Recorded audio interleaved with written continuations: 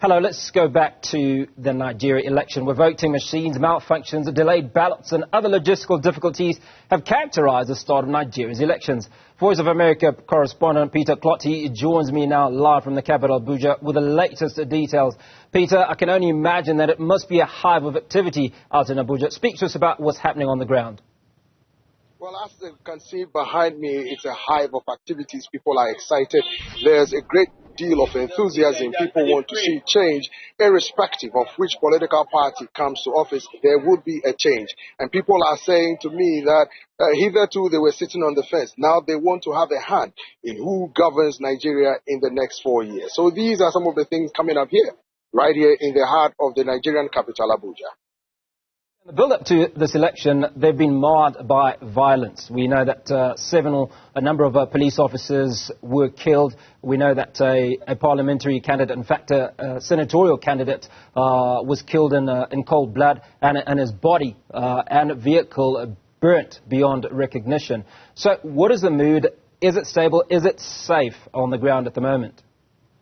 Well, I have gone into the streets to several polling stations since polling began early this morning around 8:30 a.m. And people tell me that they are safe because there's a mobile police, a joint mobile police and army or military task force going around from polling stations to polling stations. And in all the polling stations, I saw police officers stationed in each polling station.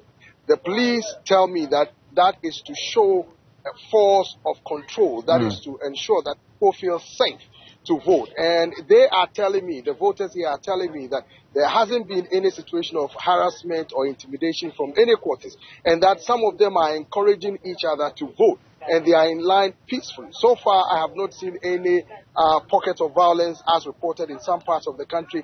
It's been all humpty-dory here in the Nigerian capital, Abuja. At least that is what these voters have been telling me since I started talking to them early this morning. Now, Peter, 87 million voters to vote just on this single day, over 176,000 polling stations. It is expected that there will be some delays or some challenges. What have you picked up on how all of this election today has been administered?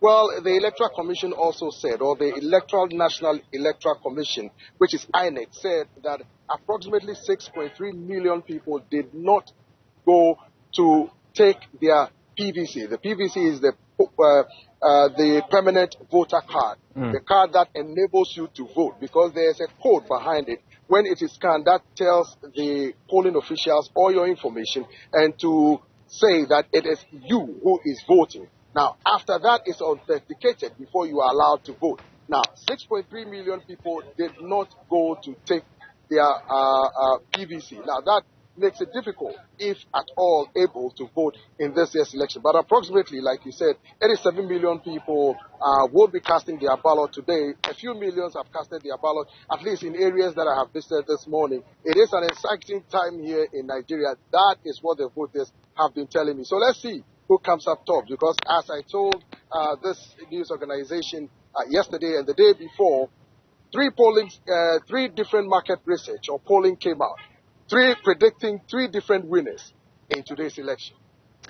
Peter Clottey, appreciate your time. Voice of America correspondent coming to us from Abuja, Nigeria, around that election that's currently taking place. And he does say to us that it is rather peaceful.